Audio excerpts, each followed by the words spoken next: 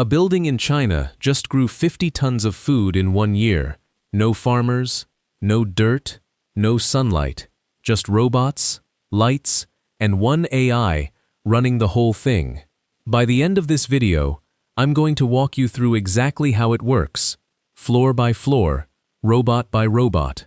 And I'm going to show you why some scientists think this could be the biggest change to farming in the last 100 years. Let's get into it. Here's the deal. This isn't a concept. It isn't a prototype sitting in a lab. It's a real, working building in Chengdu, China. It's 20 stories tall. And right now, today, it's growing vegetables without a single human being walking the floor. By the time this video is over, you'll know exactly how a machine farms a plant from seed to harvest. No skipped steps, just the real process. Okay, let's start with the building itself. Picture a warehouse. Now stretch it up, not out. This facility is only about 100 to 200 square meters on the ground. That's smaller than a basketball court. But it's almost 10 meters tall, split into 20 layers, stacked one on top of the other, like a bookshelf for plants. Inside those 20 layers, there's room for 24,000 plants growing at the same time. Quick gut check. How big do you think a farm needs to be to grow 50 tons of lettuce a year? A few football fields, right? Nope. This one fits on a basketball court. This tiny building produces the same amount of food as 4 hectares of normal farmland.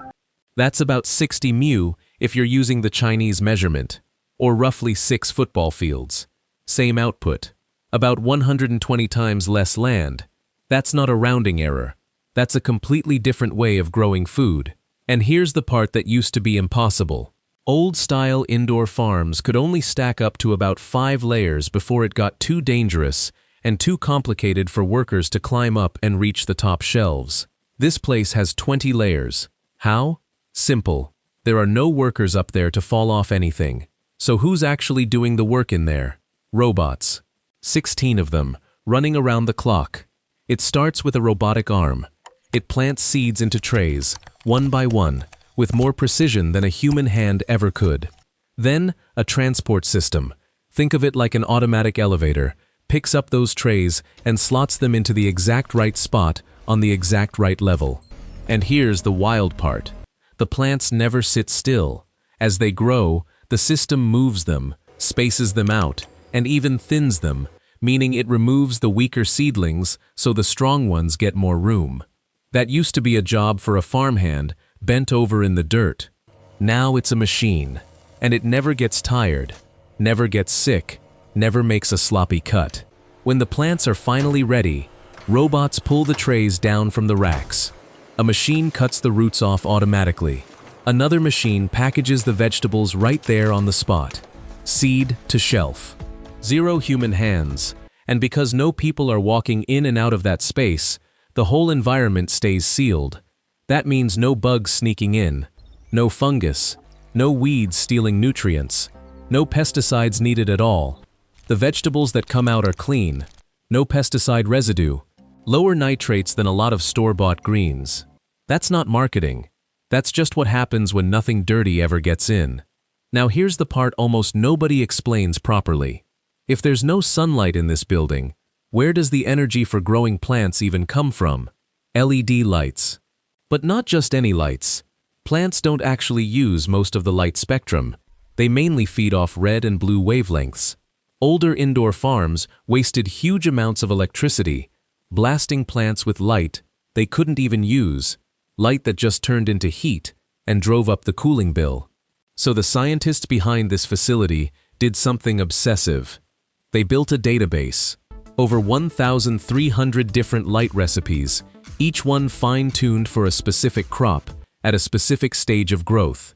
Seedling, growing phase, ready-to-harvest phase, all 72 different crop types, each with their own custom light formula. Think about it like a diet plan, but for photosynthesis. A baby lettuce plant needs a totally different mix of light than a lettuce plant that's 2 weeks from harvest. The AI knows the difference. It shifts the light, red, blue, a little near-infrared, a touch of near-ultraviolet, automatically, all day, every day. They even control the temperature difference between day and night, because warmer days and cooler nights make plants grow bigger leaves and thicker stems. And they figured out that dropping the air temperature right before harvest actually makes the vegetables sweeter and more nutrient-dense. None of this is guesswork. It's all measured, tested, and automated. Here's where it gets genuinely hard to believe. A normal head of lettuce takes about 70 days to grow in a field. Inside this building, 30 to 35 days. Cut in half. That means instead of harvesting 2 to 4 times a year like a regular farm, this place harvests more than 10 times a year. Same plant, same species. Half the time, more than triple the harvests. And no, the nutrition doesn't suffer. Early research actually shows these vegetables can come out with fewer nitrates and more vitamins than the ones grown outside in a field. Now, lettuce is the easy win. It's small, it's fast-growing, it's basically water and leaves. But the team pushed further. They tried alfalfa. The crop farmers grow to feed cows and livestock. In a normal field, alfalfa gets harvested maybe 4 times a year, if the weather cooperates. Inside the plant factory, every 12 days. That's over 20 times more harvests in the same year, and the quality went up too. The protein content hit 30%, about 10 points higher than alfalfa grown the normal way. That's a big deal, because better feed means healthier livestock down the line. Leafy greens are one thing, fruit is a whole different challenge.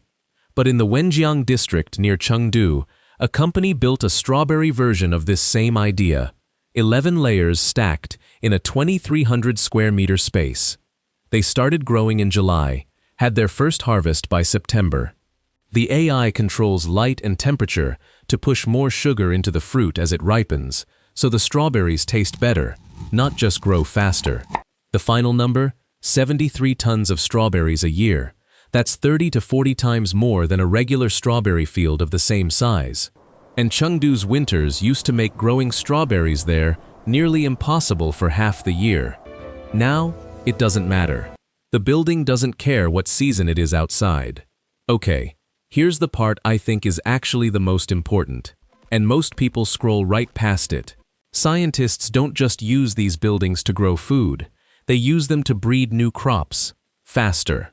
Normally, if you want to create a new type of rice, one that resists drought, or disease, or grows better in bad soil, you have to wait for it to grow, season after season. In most places, that's 1 or 2 generations a year. Even in the best tropical regions, maybe 3.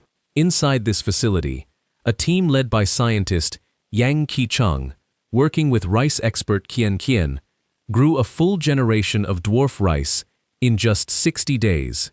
That's half the normal 120 to 150-day cycle. Half the time to grow a generation means double the speed to develop new crop varieties.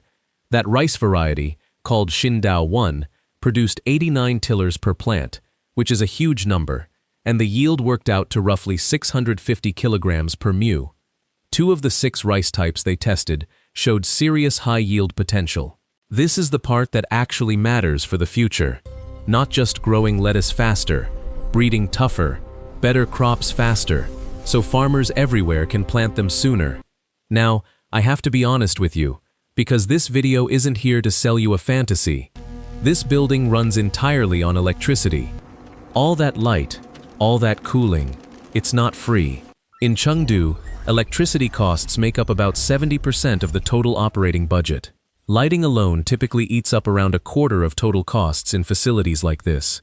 Cooling can take another 15 to 35% on top of that. And it shows up in the price. A kilogram of lettuce grown this way costs around 10 to 15 yuan to produce. That's up to 5 times more expensive than lettuce grown the normal way, out in a field. So no, this isn't replacing your local farm's lettuce patch. Not yet anyway. This is where it gets smart. The same research team took the idea out to Hotan, a desert region in Xinjiang. And instead of fighting the sun with expensive LEDs, they used the sun. The desert gets long hours of intense natural sunlight and a huge temperature swing between day and night, exactly what plants like. So instead of a fully sealed building running on artificial light all day, They built greenhouses that use mostly natural sunlight and heat. The cost difference is massive.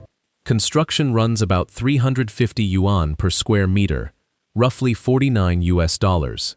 And running costs are only about a quarter of what it costs to run a high-end Dutch greenhouse, which is usually considered the gold standard. They're already growing rice, corn, tomatoes, and melons out there. And if they hit 5 rice harvests a year, the yield per hectare could reach 75,000 kilograms. In a desert, that used to be useless for farming. Here's a story most people never heard.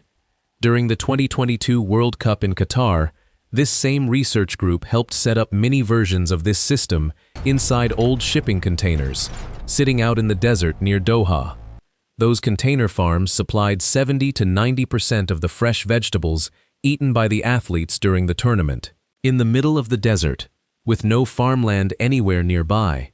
That's the real preview of where this tech is heading, not just feeding cities, but feeding places that never had fresh food access in the first place. Deserts, islands, remote outposts, anywhere normal farming just doesn't work. This isn't staying in China. The LED lighting systems built for this project are already being used in over 100 countries. Companies and investors from Saudi Arabia and the UAE have reportedly reached out to explore bringing this technology to their own countries, which makes sense, since both regions deal with limited farmland and harsh climates. And closer to home, a new vertical farm using this same approach is set to open in Hong Kong in the second half of 2026. What's really being exported here isn't food, it's the entire system, the robots, the AI, the light formulas, the blueprint for growing food, anywhere, regardless of soil or weather. So let's zoom out for a second. This isn't about replacing every farm on Earth. It's still too expensive for that, and probably will be for a while. But think about what it does solve. Aging farming populations, shrinking farmland, unpredictable weather wrecking harvests. Places where normal agriculture is simply impossible. Deserts, war zones, isolated regions, even future space missions, if you want to think that far ahead. This building doesn't care about droughts. It doesn't care about floods. It doesn't care about pests. It just runs. And on the research side, cutting crop breeding time in half means scientists can develop stronger, more resilient staple crops, rice, wheat, corn, soybeans, twice as fast as before. In a world dealing with climate stress, that speed could end up mattering more than the lettuce ever did. Let's bring it all together. 1 building, 20 floors. No farmers. 16 robots doing every job from planting to packaging. An AI running over 1,300 custom light recipes for 72 different crops. 50 to 60 tons of vegetables a year, on a footprint the size of a basketball court. Rice bred in 60 days instead of 150. Strawberries growing through winter. Alfalfa harvested every 12 days. It's expensive right now. It's not replacing traditional farming tomorrow. But it's already working, already feeding people, and already spreading to other countries. This is what agriculture looks like when you take away the one thing it always depended on, the weather. If a video like this earned it, hit subscribe. I'm covering the technology that's about to change how the world eats, and you don't want to miss the next one. Drop a comment and tell me this. Would you eat vegetables grown entirely by robots, with 0 pesticides, if it meant fresher food on your table? I'll read the best answers in the next video. See you in the next one.